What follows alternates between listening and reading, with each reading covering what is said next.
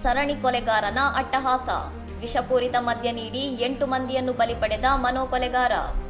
ಛತ್ತೀಸ್ಗಢದ ಬಲೋದ ಬಜಾರ್ ಜಿಲ್ಲೆಯ ಕಾರ್ವೆ ಗ್ರಾಮದಲ್ಲಿ ಕೇವಲ 4 ತಿಂಗಳ ಅವಧಿಯಲ್ಲಿ 8 ಮಂದಿ ಪುರುಷರು ನಿಗೂಢವಾಗಿ ಸಾವನ್ನಪ್ಪಿದ ಪ್ರಕರಣದ ಬೆನ್ನಲ್ಲೇ ರಾಮ್ ಸಹಾಯ್ ಜೈಸ್ವಾಲ್ ಎಂಬಾತನನ್ನು ಮನೋ ಕೊಲೆಗಾರ ಎಂದು ಗುರುತಿಸಿ ಪೊಲೀಸರು ಬಂಧಿಸಿದ್ದಾರೆ.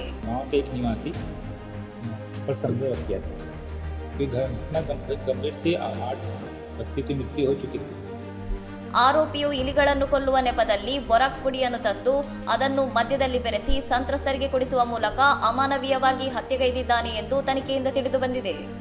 ಫೆಬ್ರವರಿಯಿಂದ ಜೂನ್ ತಿಂಗಳವರೆಗೆ ನಡೆದ ಈ ಸರಣಿ ಸಾವುಗಳನ್ನು ಗ್ರಾಮಸ್ಥರು ಆರಂಭದಲ್ಲಿ ಸಹಜ ಸಾವುಗಳೆಂದು ನಂಬಿದ್ದರು. ಆದರೆ ಅನುಮಾನ ಹೆಚ್ಚಾದಾಗ ಜೂನ್ 6ರಂದು ದೂರು ನೀಡಿದ ನಂತರ ಪೊಲೀಸ್ ತನಿಖೆ ಚುರುಕುಗೊಂಡಿತು.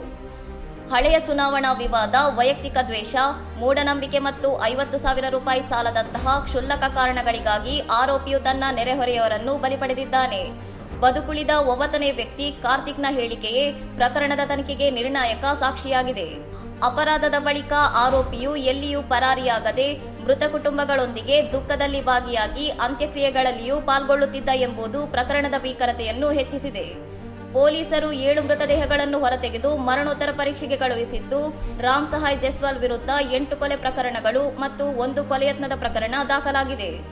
ಇನ್ನಷ್ಟು ಸುದ್ದಿಗಳಿಗಾಗಿ ನೋಡ್ತಾ ಇರಿ ಸೌರಂ ಟಿವಿ.